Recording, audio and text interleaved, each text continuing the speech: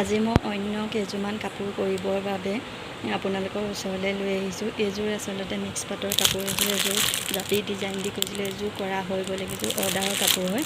আৰু এইকেইযোৰ কৰিবলৈ লৈছোঁ মই তিনিযোৰ। এযোৰ মিক্স পাটৰ বেঙুনীয়া কালাৰ, এইযোৰ কটন আৰু এইযোৰ কটন, এই দুযোৰ কটন হয়।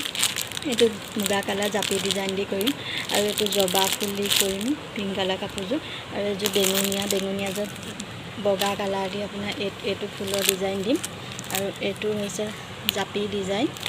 এইকেইযোৰ গোটেইকেইযোৰ অৰ্ডাৰৰ কাপোৰে হয়। তাকে কৰি পিনি অলপ দেখাম বুলি ভাবিছোঁ। যদি আপোনালোকে কাপোৰকেইযোৰ দেখি ভাল পায় বা পচন্দ কৰে তেতিয়াহ'লে অৰ্ডাৰ কৰিব পাৰিব। কাপোৰৰ কালাৰ যেনেকুৱা ধৰণৰ লাগে বা ফুলৰ ডিজাইন যেনেকুৱাই লাগে তেনেকুৱাই পাই যাব।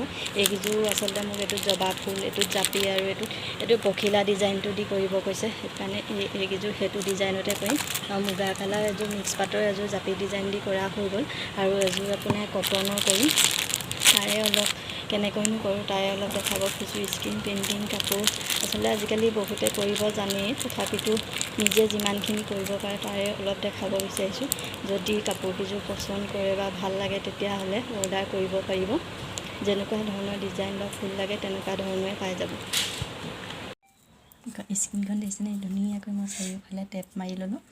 এতিয়া এইটো ফুল যিহেতু মই কৰিম, সেই গছা ফুলটো ধুনীয়াকৈ মই এনেকৈ কাগজেৰে ঢাকি দিম যাতে ৰংটো ইয়াত দিওঁতে লিপা ফুলত ৰংটো বিয়পি নপৰে। এতিয়া মই ইয়াত 3 চামুচ ৰং উলিয়াই লৈছোঁ।